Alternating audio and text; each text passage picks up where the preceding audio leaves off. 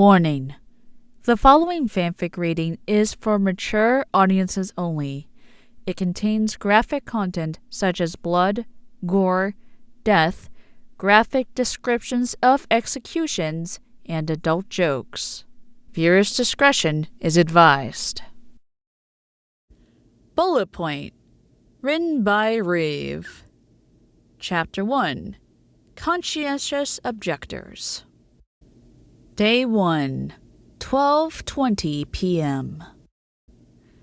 Time seemed to have come to a standstill as every pony in the room stared at the now open door with barely disguised apprehension.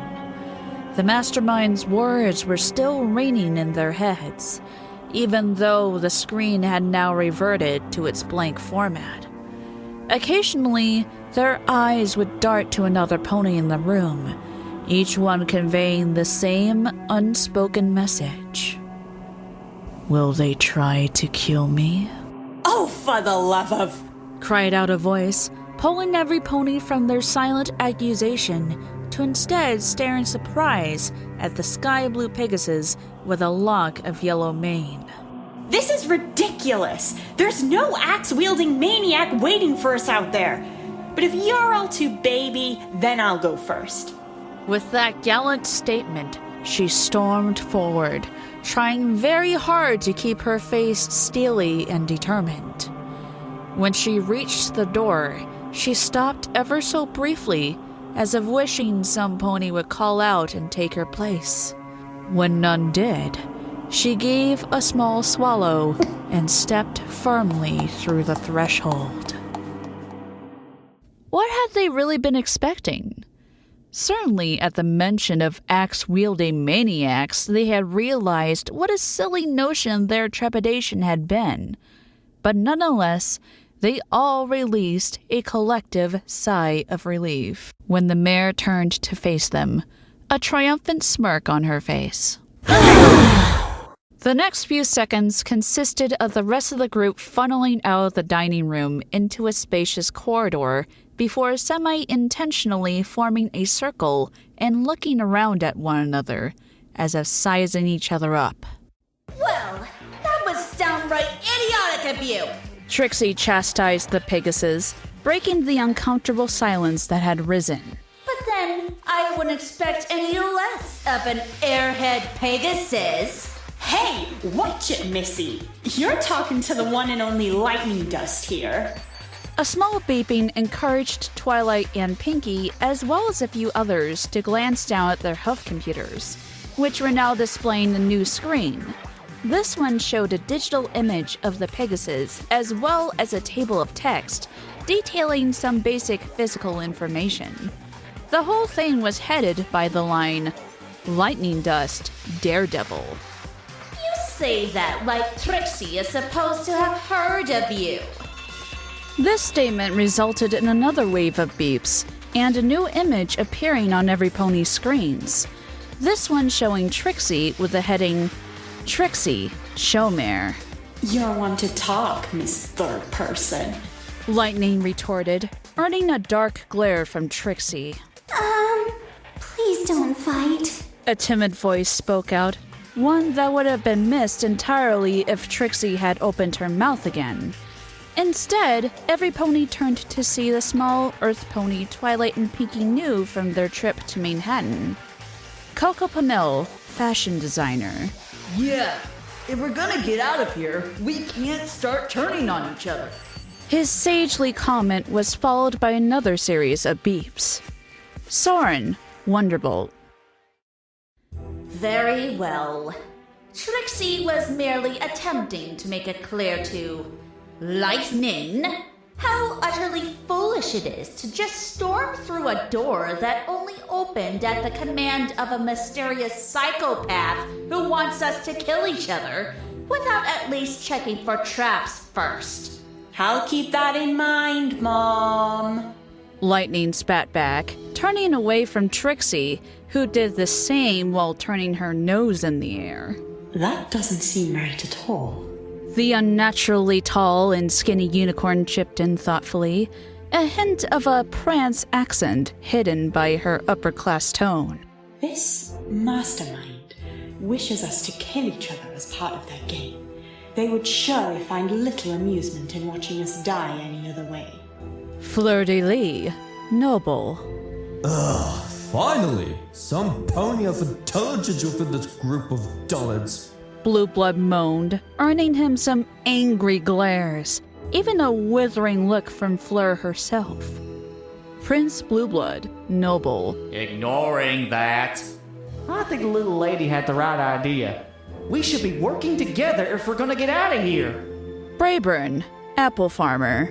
Actually, I said that. Do any of you really believe for a second that mastermind is just going to let us leave? Asked the scrawny stallion wearing the glasses and bow tie. His lisp was made all the more prominent by the copious amounts of spittle he sprayed upon speaking. Gizmo, tinkerer. Ugh, say it! Don't spray it! Cloud Chaser replied in a disgusted voice, putting as much distance between herself and Gizmo as possible. Cloud Chaser. Escort! All the stallions exclaimed at once, staring in disbelief at their screens. Yeah, a girl's gotta pay the rent somehow. Put 'em away, boys. Redheart, nurse. Oh, sorry. Trenderhoof said nervously, while noticeably crossing his hind legs. Trenderhoof, writer. But yes, in answer to your question, I believe that while the mastermind will try to stop us, we can overcome them if we put our heads together. Especially, if I might add, with the help of an alicorn princess. Twilight blushed as everyone's eyes turned to her. I'll try my best. She said awkwardly, saved from the penetrating stares by the round of beeps signaling her own information being displayed on every pony else's hoof computers. Yeah! Pinkie exclaimed, throwing a hoof around Twilight's shoulder and talking over her own beeps. Twilight and I have saved Equestria a bunch of times. This'll be easy peasy. Yeah, if there's any pony who can help us out of this mess, it's Twilight Sparkle. Donut Joe, donut maker. Ahem. Final Scratch, DJ. There. Now that we've all been introduced, what are we actually going to do? Well, Fleur began in the same thoughtful tone, her eyes closed, giving her face a serene quality. we should probably start by exploring this mansion. Both for weak points and, presuming we do have to spend some time here, the living faculties. Why do we need to do that? What's stopping us from walking out the front door? I think it's safe to say there will be a magical barrier of sorts. Fleur explained, her eyes still closed. Hence, I think it would be best for Princess Twilight to check the perimeter. Would you object to that, Your Highness? Twilight was completely thrown off, both by the request and the gaze Fleur turned on her as she made her request. Those pale violet eyes were mesmeric, hypnotic almost. Of course I will. Twilight stammered, vaguely aware of how unprincess-like she must have just appeared. Good. Fleur responded, before turning her attention back to the rest of the group. If there's nothing left to be said, I think we should begin. Hold on a second. Lightning Dust cut in, her gaze sweeping over every pony, mistrust clearly visible. I'm not about to go wandering about this crazy place. I ain't about to give any of you a chance to stab me in the back. Do you really think any of us are going to play that maniac's game? Lightning opened her mouth to retort, but was cut off by Pinkie Pie. Hey, how about this for an idea? There's 15 of us, so what if we go searching in groups of 3? How is that any better? Gizmo asked, scratching his head in confusion. Simple, actually. That mean old mastermind said we had to kill without anyone else finding out about it. That means we can't use accomplices, and we can't kill some pony in front of some pony else, because even if we intend to silence them, there's a risk they could escape and alert the others. In groups of 3, we can be sure that no pony will try to kill any other pony, because because they'd be almost guaranteed to get caught. Pinkie Pie, that's genius! It's not entirely without risk, but Trixie must admit it is a fairly solid plan. Very well then. We shall instigate Pinkie's excellent plan. Every pony group and head up. Hold on a second. Exclaimed a voice, punctuated by the stomping of a hoof. Every pony turned to see Blue Blood staring down upon them all. I will not be ordered around like some commoner. I am a prince, and I will have the last say here. Twilight had just about enough of Blue Blood's comments by this point, and was about to tell him to shut up when Fleur began laughing. Every pony was a bit caught off guard by this, even Blue Blood. But Fleur continued to laugh her silky laugh. What is so funny? Fleur's laugh teetered off, but she continued to grin slyly when she looked at Blue Blood. You are. She replied simply, but continued when Blue Blood opened his mouth again. You actually fancy yourself a prince, just because it's your first name. I am a prince because I am the nephew of Princess Celestia herself. Blue Blood spat back.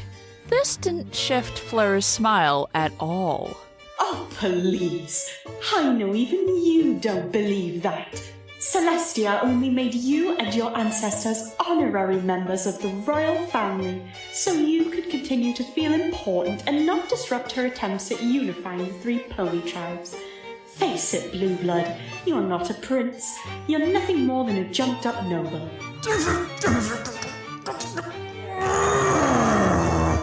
Blue Blood stammered, his face twisted in outrage. Even the other ponies gathered looked shocked at Fleur's statement. Before he could form a coherent response, however, Fleur turned her attention back to Twilight. You were right about one thing, however, she said, still partially addressing Blue Blood. A prince should have the last say.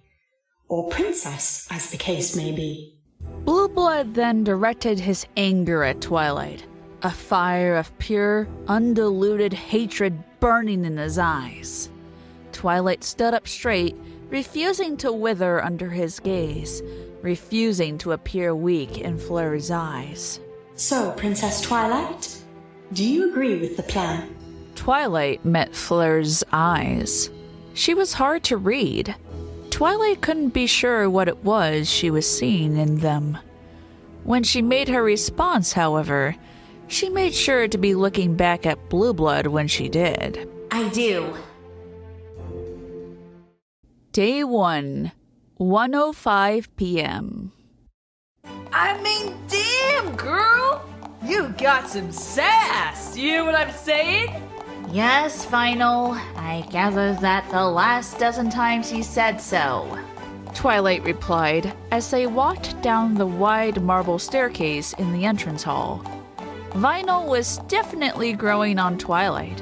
It quickly became apparent why her and Pinkie were such good friends.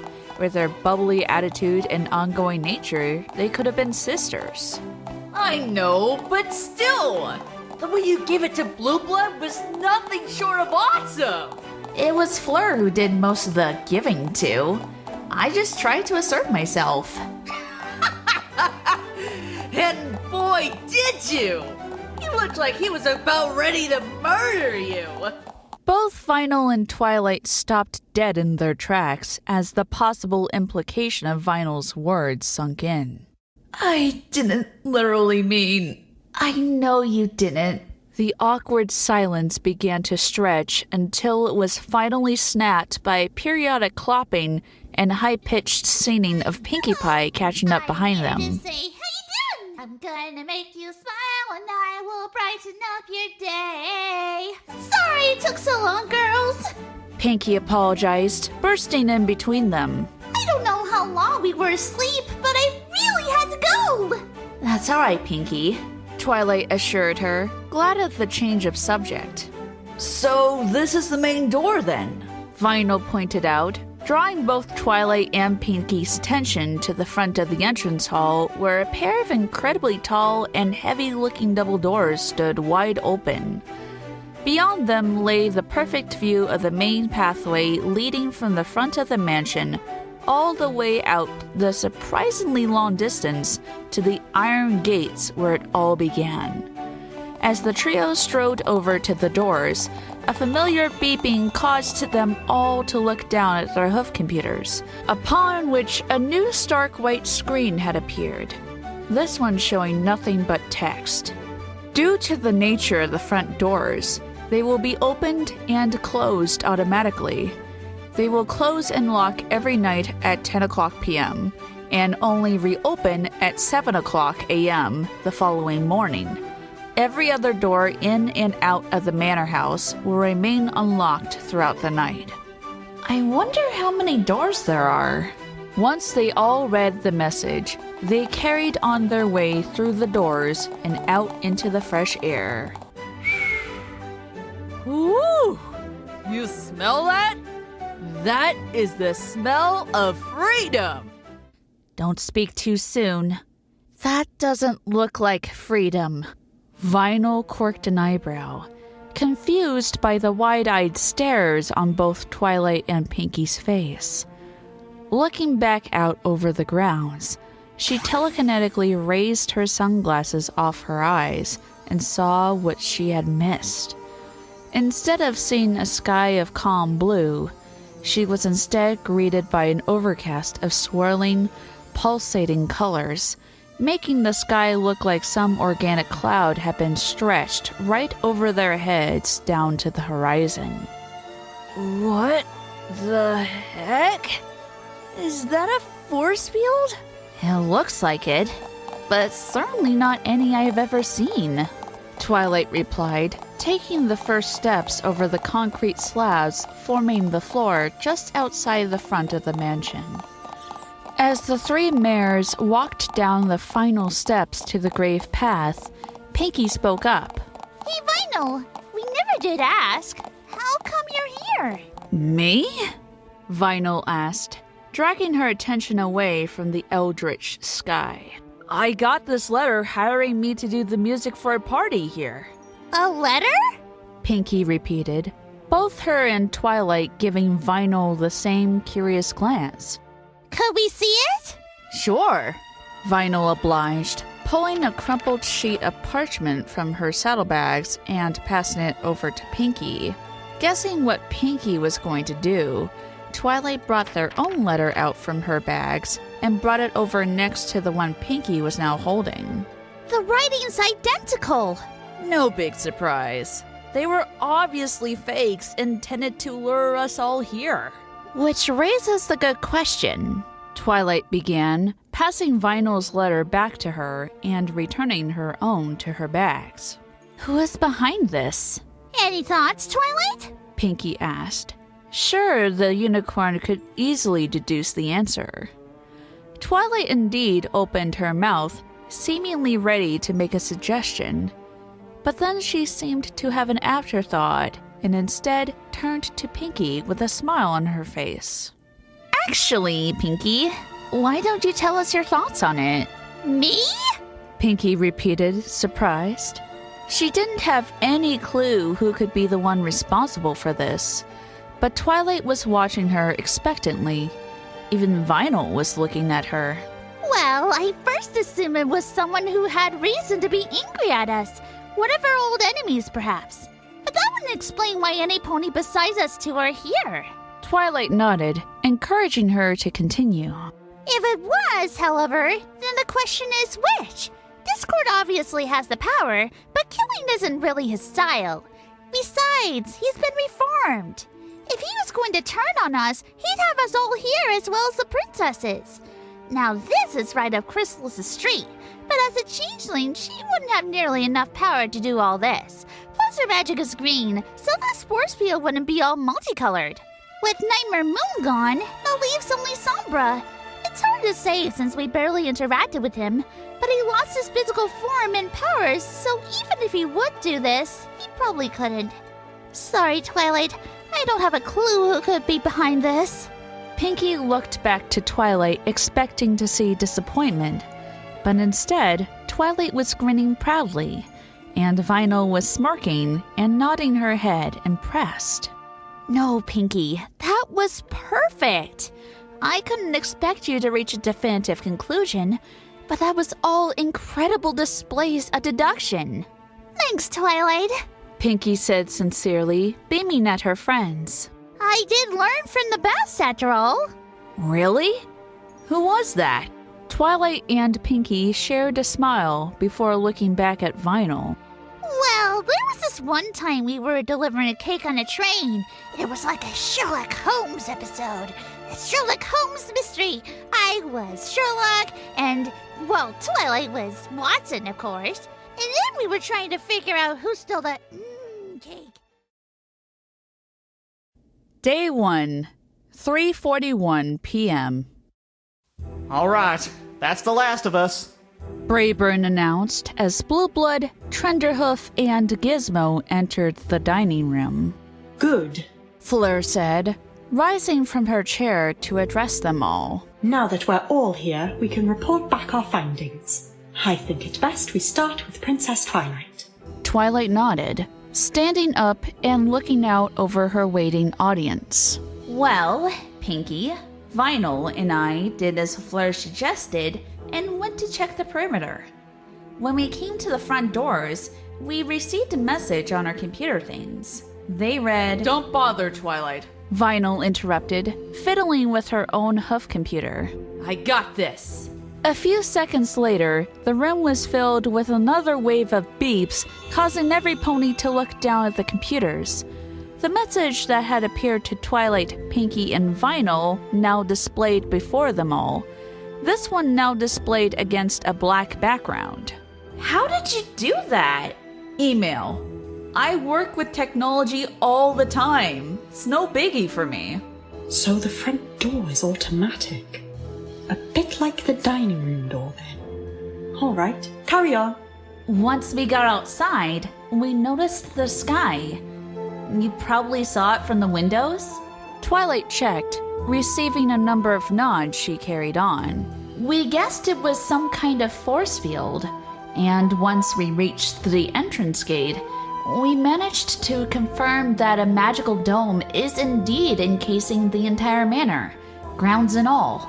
What are its effects? From what I could gather, it not only keeps us inside physically, but it also prevents us from sending objects like letters outside it. And while I can't be sure, something the mastermind said makes me think it's also projecting an illusion spell to the outside. Hence, I wouldn't count on being rescued. If that thing is magical, then how come it's all those colors? Aren't unicorns' magic only supposed to be one color? That's true. However, there are legends that suggest the most powerful unicorns can manipulate the color of their aura. So the mastermind is a unicorn? Possibly. However, we can't rule out anything else. It is possible for other pony races to perform magic given the right knowledge and tools. And this place has a huge library as well as several research labs. Who else were you with? Fleur asked, looking to Trixie. Trixie was grouped with Coco and Redheart. We took it upon ourselves to search the third floor. So you discovered a library and research labs. Anything else? That floor seems dedicated mostly to study purposes. Beyond that, we encountered a locked door. None of Trixie's spells would unlock it, and when she prepared to destroy it, instead, we were sent a message on our computers stating that if we forced open any doors, we would be punished. Trixie was going to ignore this, but Coco insisted she didn't. So to avoid any more fighting, I chose to relent. That's probably for the best. We shouldn't take any unnecessary risks. So who was searching the second floor? That was us. Trenderhoof stated, raising a hoof. All the bedrooms are on that floor. They're pretty spread out. And the rooms themselves? Well, they're all locked, so we can only see inside our own. He replied, raising his own room key to prove his point. They're pretty much identical. Double bed, dresser, ensuite bathroom with a shower and toilet. So that's it. Just the bedrooms. There was also a laundry room and shared washroom. It's got saunas and stuff. All right, that just leaves Brayburn's group and my own. Fleur said, gesturing to herself, Cloud Chaser, and Lightning Dust. All we found were the typical living accommodations. The main kitchen is just down the hall from here, as well as a cool room where all the food is stored. According to the message we received on our computers, the food is restocked weekly.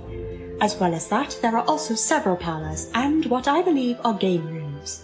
Well, me and the guys here were just checking on the other side of this floor. Brayburn announced, nodding back at Soren and Donut Joe. There looks to be a whole sports facility, indoor pool and all. Besides that this mansion seems to be made up mostly of corridors, it would be like a maze if not for these handy little things. Brayburn gestured to his hoof computer, which was displaying the digital map of the house. Well, I think we've got a good bearing on the house. Thank you all for your cooperation. Fleur announced. Most ponies smiled back appreciatively at her. Mostly notably among those who didn't were Blue Blood, who pointedly looked away from her.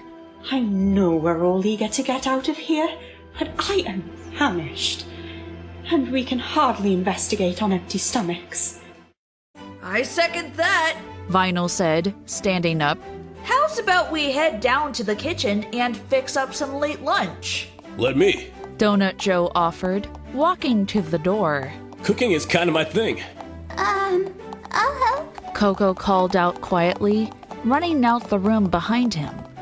Once the pair had departed, every pony else relaxed into their chairs, a few starting some casual conversations. Well, every pony, Fleur announced, drawing their attention once more. I am feeling confident that this little game won't last much longer.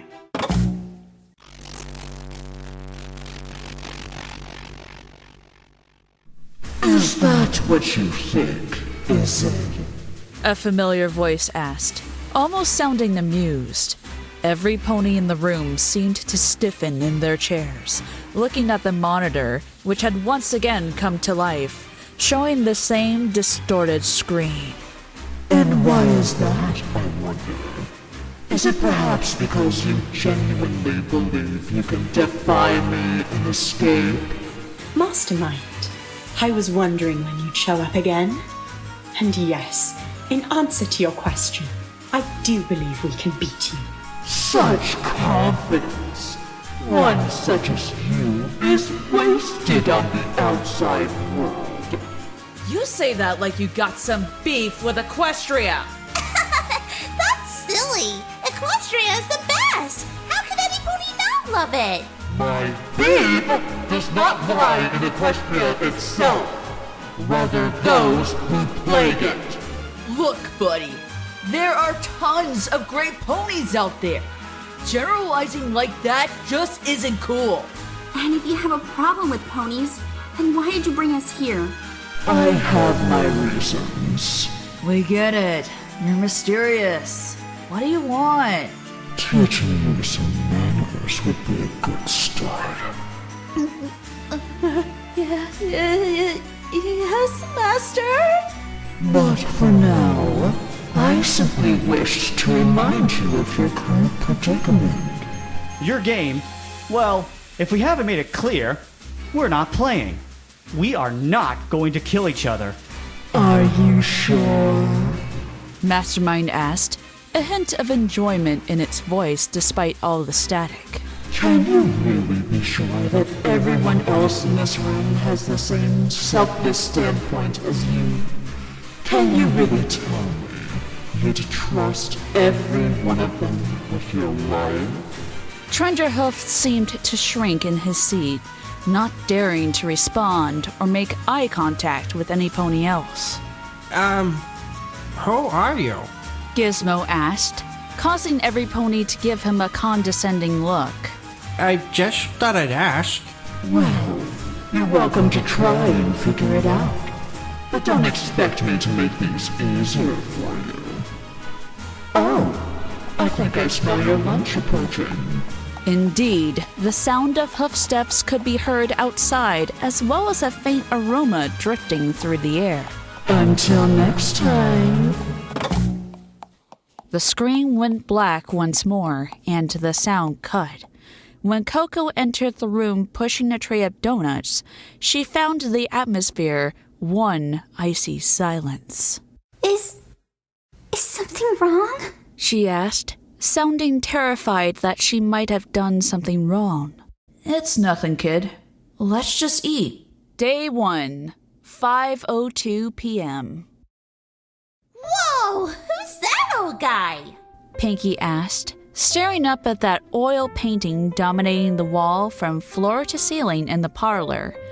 Twilight opened her mouth to respond, but she was beaten to the punch by Trenderhoof, who was standing next to her.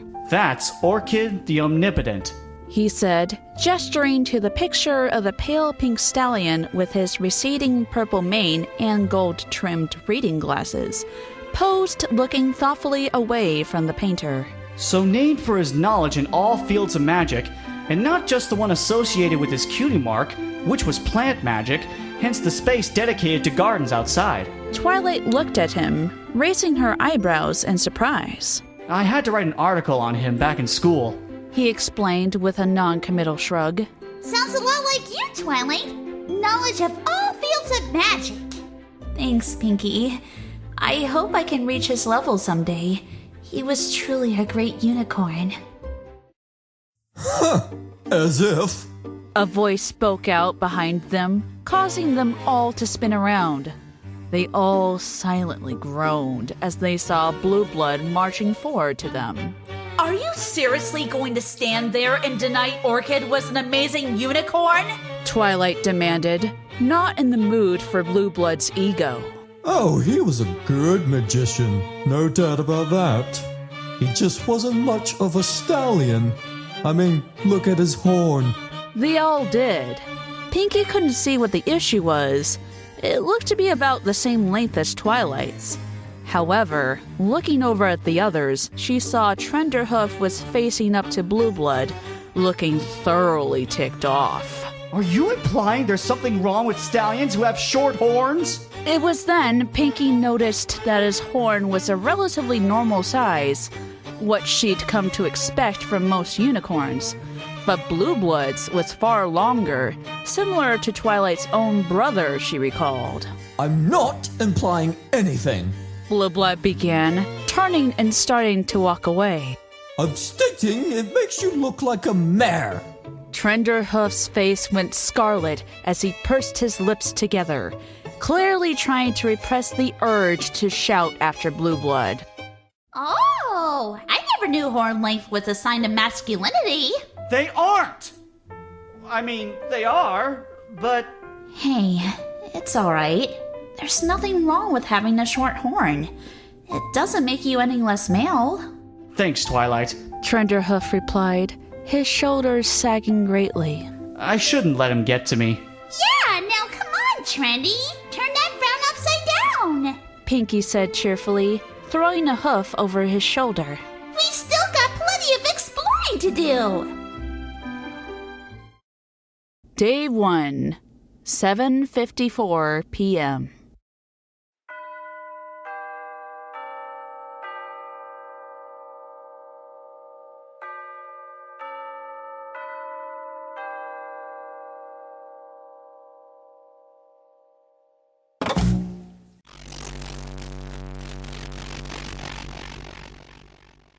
Alrighty, everybody.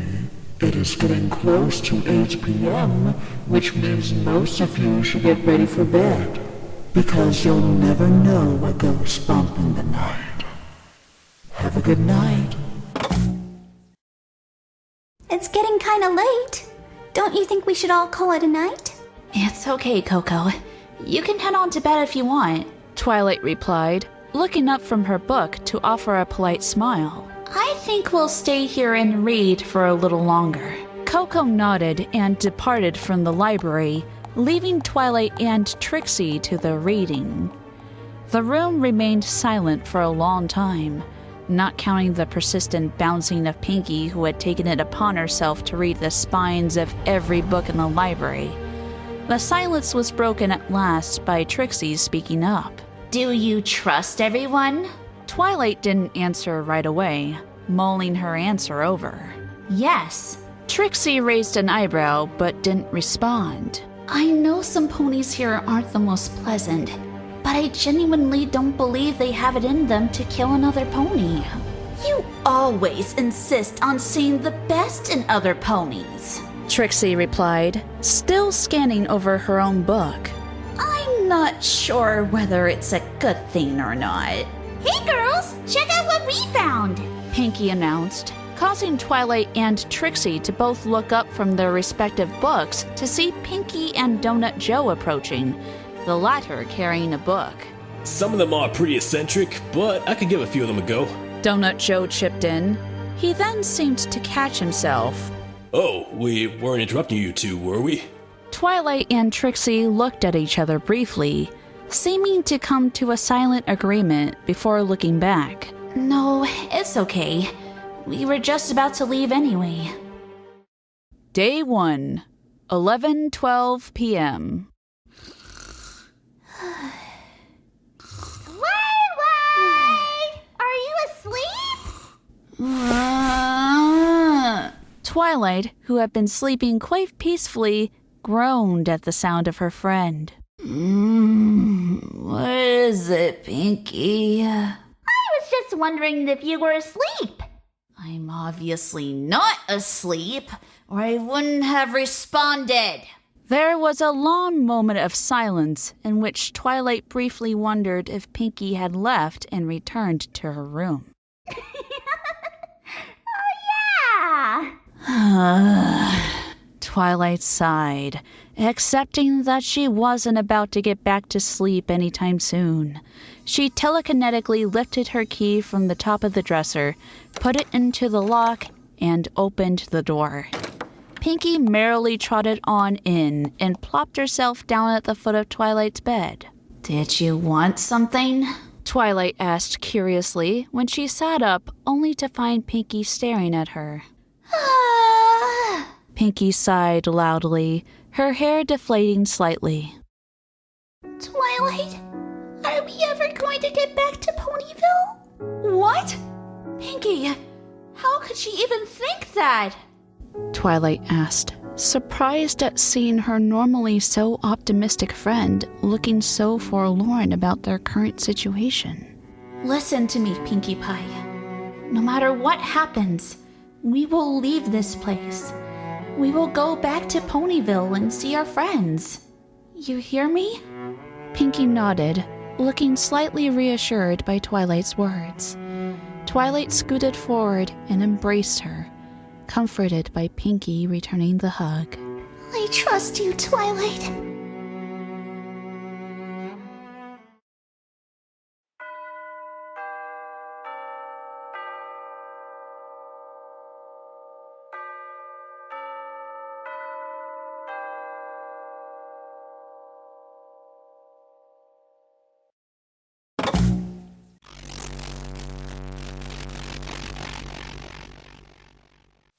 It's time to wake up. It is 9 a.m. Get your asses up out of bed and get some breakfast. It's going to be one hell of a day of killing. Farewell. Day 2, 10:33 a.m. Hey, every pony. Vinyl greeted the dining room while stifling a yawn.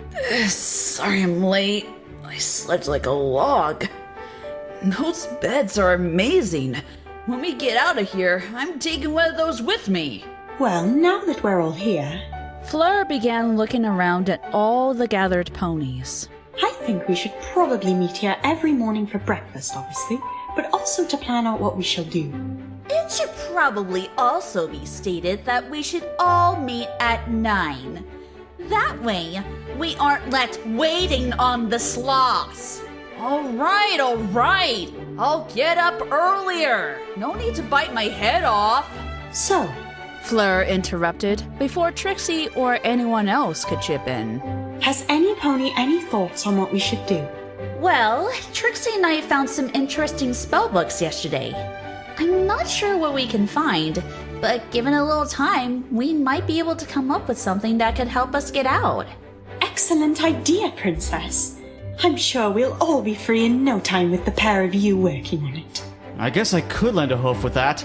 I don't know a lot about magic. I'm a pretty thorough reader. I've been thinking about that monitor up there, Vinyl pointed out, gesturing to the mastermind's screen. If the mastermind's communicating to us through that, maybe I can figure out where it's receiving the signal from. Good. The rest of you can go about your own business. Just try not to get in any of our way. By that, am I to take it you're actually going to do something to help instead of ordering us all around? Lightning Dust muttered, not quietly enough to have been missed by Fleur. I am going to continue to search the house. These old buildings are notorious for secret rooms and passages. It is possible we overlooked some yesterday. Lightning Dust just shrugged, most likely having brought up her complaint just for the sake of complaining and not actually receiving a legitimate answer. If there are no further objections, I shall hopefully see you all back here for dinner. Day 2, 5:56 p.m.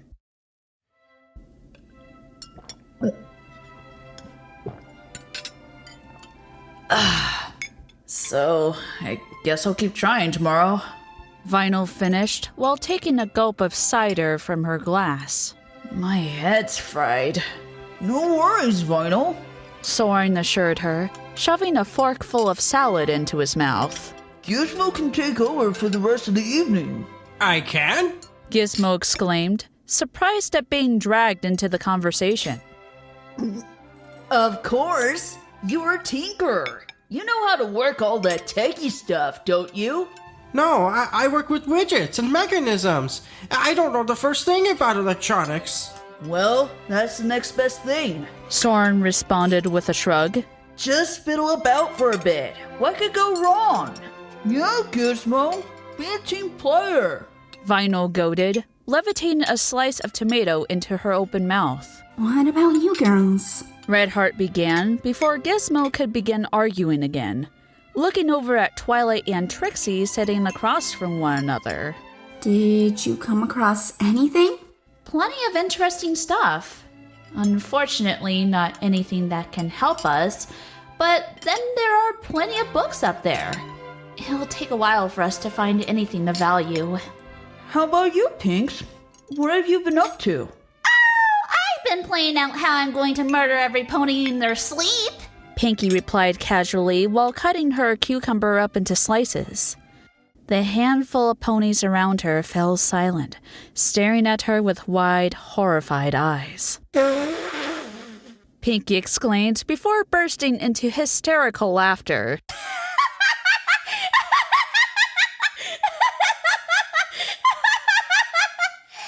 Oh, the looks on your faces! Priceless! Nice one, Pinky. You even had me going there. Vinyl said, joining in with her laughter. Every pony else remained slightly nervous and awkward. But seriously, I tagged along with Fleur. Pinkie said at last, wiping a tear from her eye. Cool. Did you find anything? We found the chimneys between all the fireplaces are connected.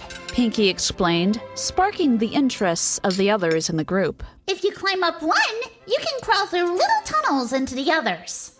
Did Fleur make you climb up the chimney to find this out? Of course not! I volunteered to. After that, Fleur and I went to the shared washroom and got cleaned up together. You did?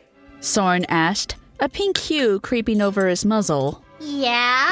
What's weird about that? Never worry about that, Pinky. Vinyl said, laughing nervously before turning on Soren. And you! Cold shower, now! Line up, Vinyl. I'm kidding. Soren said, rolling his eyes and flashing a smirk. Or am I?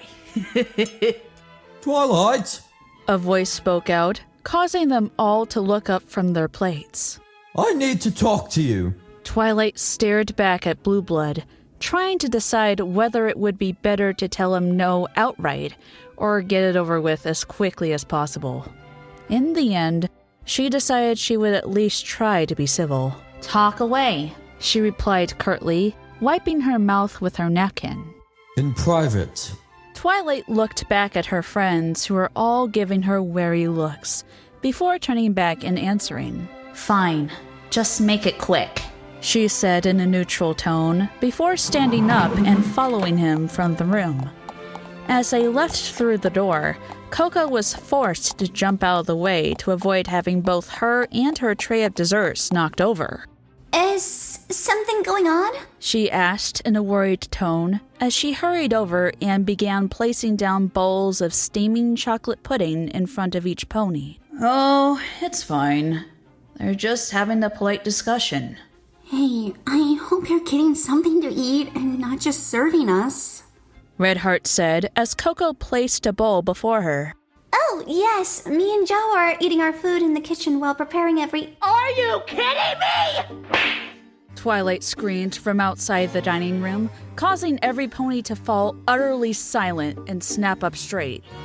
Twilight's exclamation was followed by a loud smacking noise, and Twilight storming back into the room, seething with anger. Like I said, Vinyl said as calmly as if she were stating the day of the week, being the only pony who didn't seem to react to Twilight's outburst. Just a polite conversation. Twilight? Pinkie began hesitantly as Twilight flopped onto her seat and began shoveling spoonfuls of pudding into her mouth. Is everything all right? It's fine. I don't want to talk about it. Are you sure? It might help. I said I don't want to talk about it! Twilight shouted back, causing Pinkie to look away, ashamed. Blue Blood didn't come back into the dining room. Day 2, 9:14 p.m.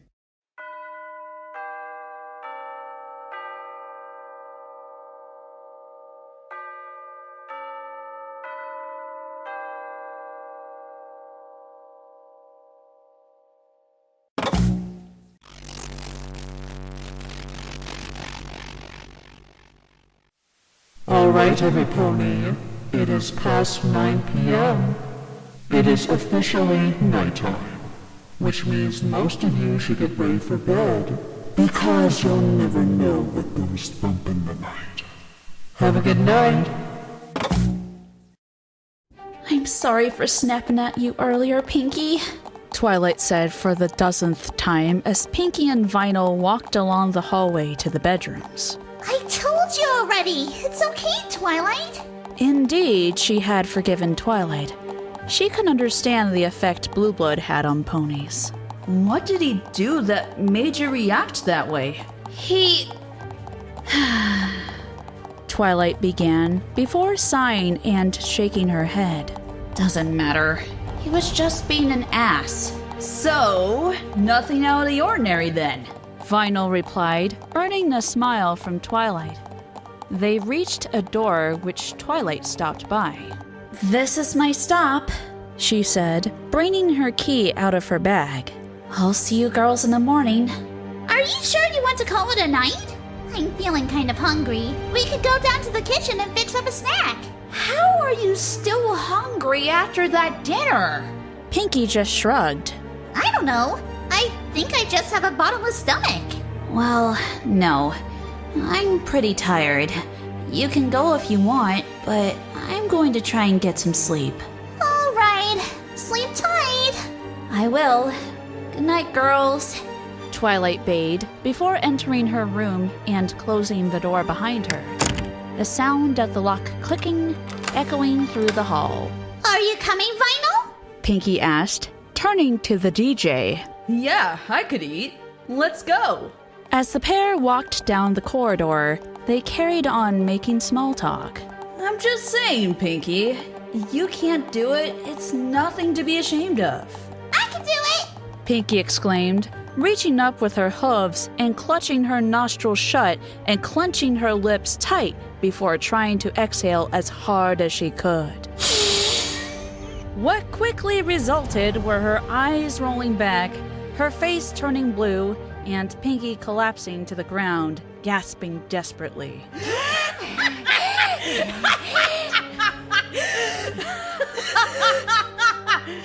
Oh, God! I can't believe you fell for that!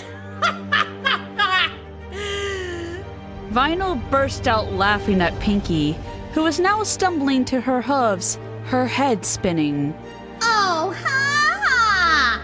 Pinkie said in a disgruntled tone, but her grin gave away she was amused at having fallen for Vinyl's trick. Very funny, Vinyl. Pinkie playfully punched Vinyl in the shoulder, causing her to stumble back into a large terracotta plant pot. The pot wobbled, threatening to tip over before Vinyl managed to grab hold of it and right it. Whew! Close one. Vinyl said, looking back to Pinkie. Now come on, let's go grab that snack. Day 3, 8:49 a.m.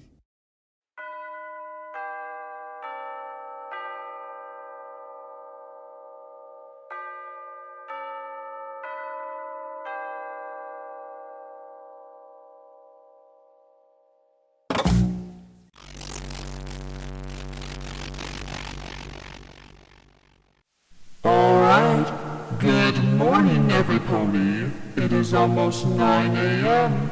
Get your asses out of bed and get your breakfast. It's going to be one hell of a day of killing. Farewell. Pinkie walked along the hallway to Twilight's room, stifling a yawn. It had definitely been a mistake staying up so late, but she had managed to drag herself reluctantly out of her bed with enough time to get to the dining room before 9.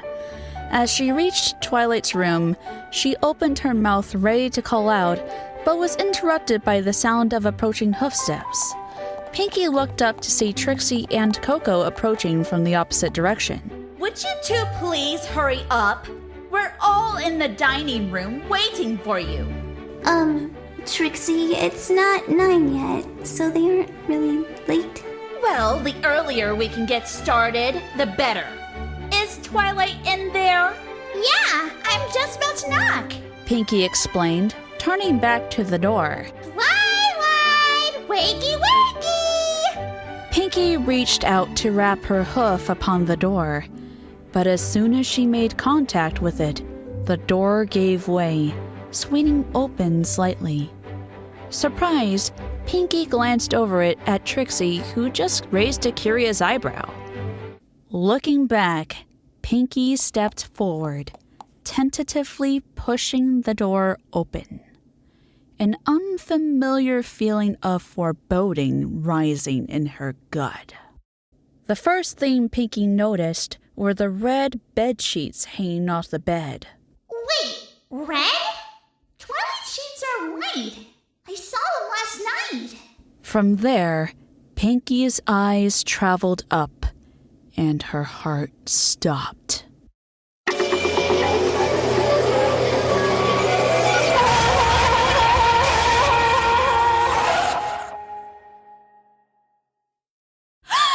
Twilight lay in a crumpled heap on her bed, her head twisted around to face the door.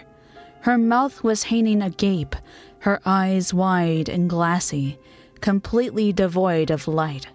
Her lavender coat was caked in dry blood, deep gashes covering her back and torso. A single black knife hilt sticking out for ribs. Pinkie shook uncontrollably, unable to tear her eyes away from the sight before her. At last, she found her voice again and screamed.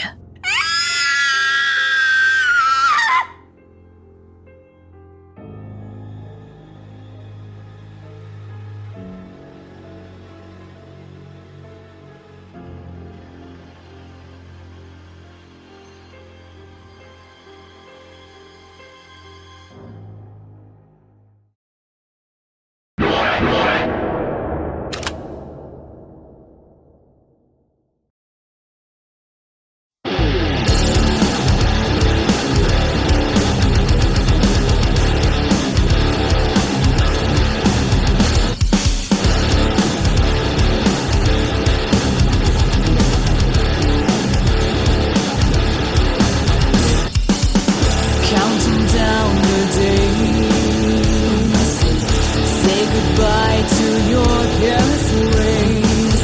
Who could imagine it would end like this? No more taking for granted. Time is running out for us all.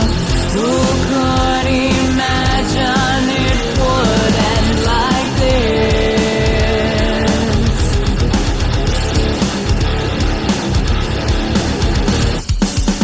See the fear in their eyes, the ending of their lives. Do they realize this is their demise?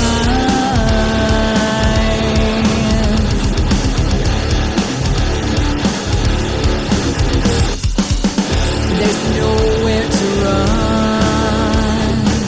There's nowhere you can hide. Who could imagine it would end like this? Hold your breath and close your eyes. All that you know will soon be gone. Who could imagine it would end like this?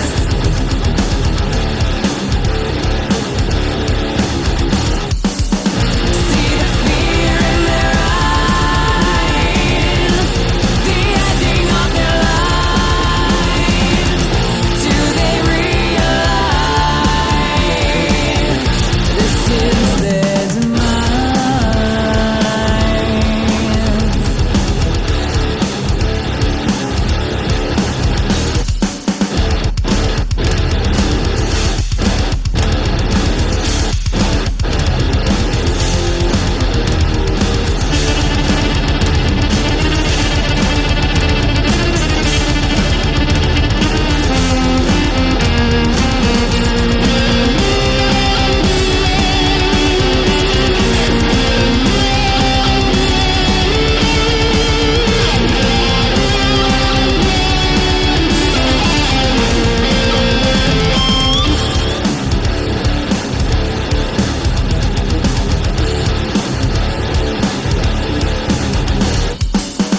See the fear in their eyes, the ending of their lives. Do they realize this is their demise? Demise.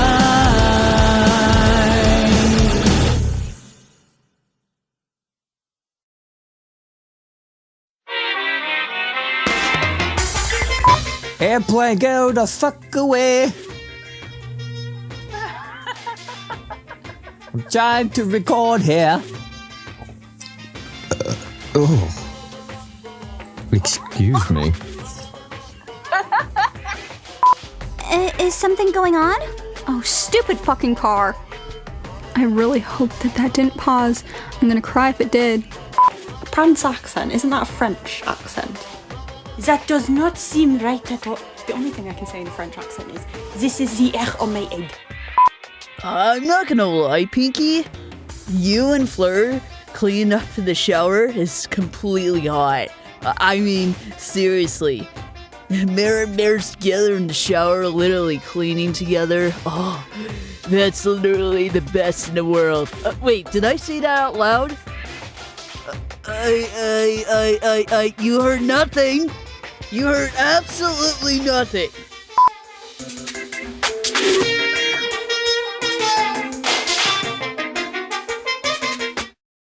Hey everyone, Agent Fluffy here, and thank you for watching.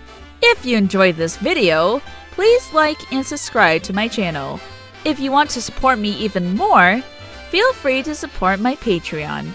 The links are right here.